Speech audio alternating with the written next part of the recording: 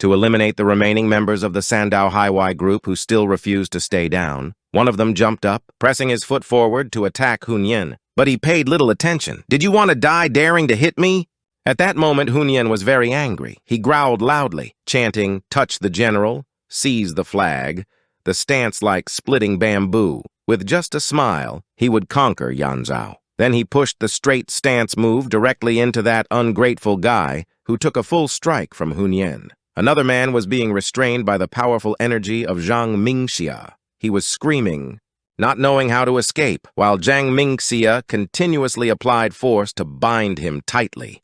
"No matter how much you resist, you won't get out of my grasp. Over here." Another man was tormented by the combined power of Ding Shuquan and Nangong Yen, with Haimo Jixue cooperating with Zhu Kejian, blasting this unlucky fellow to pieces, suffering heavy losses among his comrades.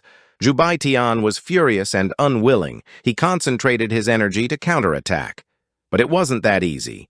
Su Tianxian dodged everything and even mocked him, calling him a weak little brother. At that moment, Su Tianxian displayed her ability, multiplying herself into many Su Tianxians, all rushing toward a single target, Zhu Baitian. The girl was utterly relaxed, attacking Zhu Baitian as if she were flirting with a young man, unabashedly hugging him tightly, causing him such pain that he couldn't move, even complimenting Zhu Baitian as handsome with passionate, fiery energy. Amid the continuous assault, Zhu Baitian's tail wound tightened around his neck, blood-tinged mucus flowing relentlessly. Su Tianxian was gentle like a fairy, but her tail's attack on him was anything but gentle. She even retorted that dying like that was well-deserved. In contrast to Su Tianxian's sweetness, Feng Wuji was decisive. His swordsmanship sweetly and swiftly crossed Ouyang Yi, leaving her motionless and speechless.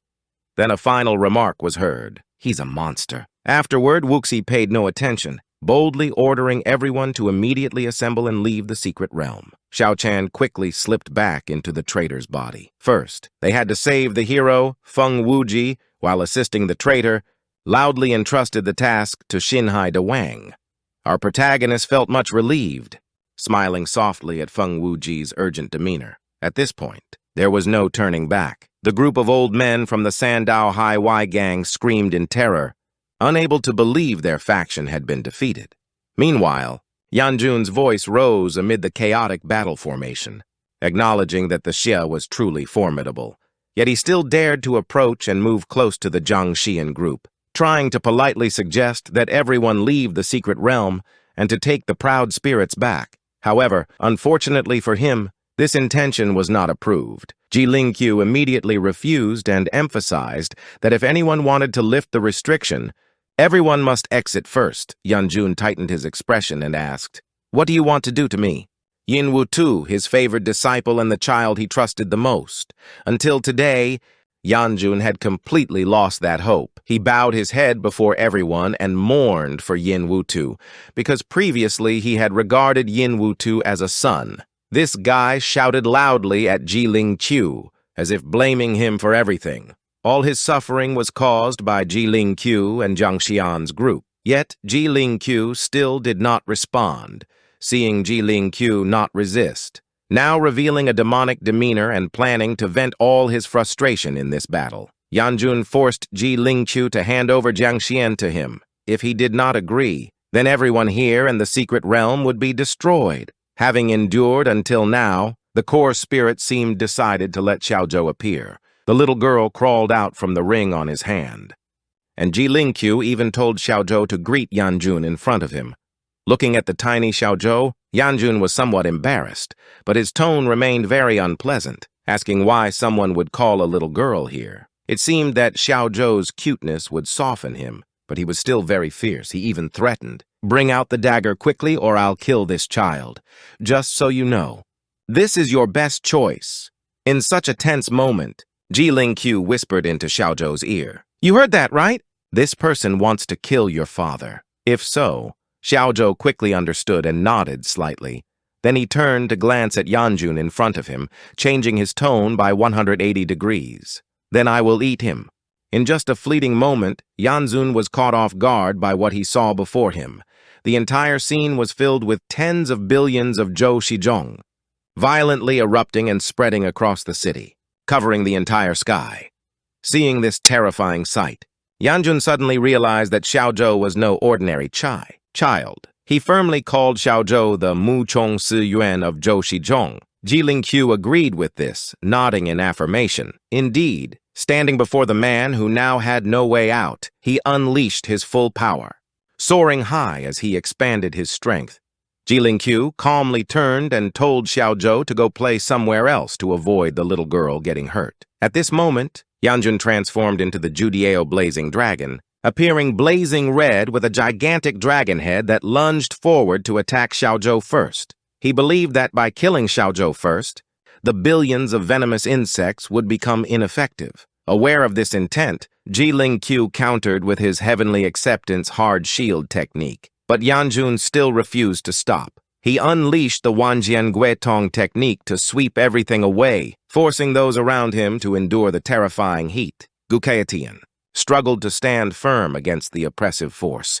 Emitted, he concluded that this was something beyond their ability to interfere with.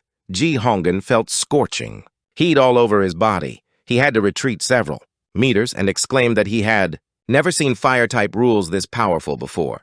Yet all attention shifted to Xiaozhou. The two elderly men stared at the girl in bewilderment because she said something that left them speechless. Wasn't this just a small flame? Was it really that formidable? Yanjun was truly terrifying. He howled wildly amid the thick layers of fire, threatening to kill everyone, including those who did not respect him. The fiery flames summoned by Yanjun quickly filled the entire space. Facing him directly was Jilin-Q, who was still mustering his strength to withstand this dreadful power.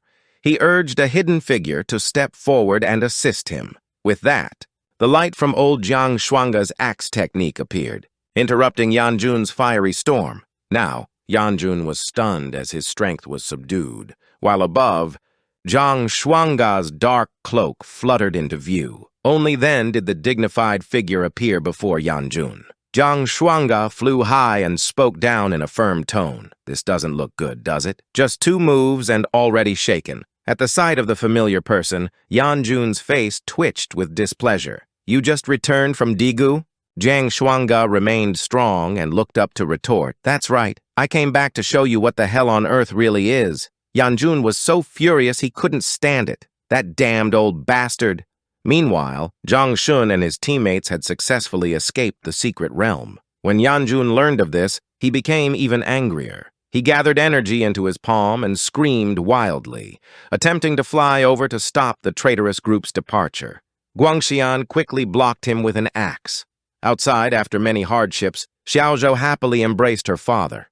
Everyone hurried over to ask about his condition. Perhaps the most anxious was Master Gu Kaitian.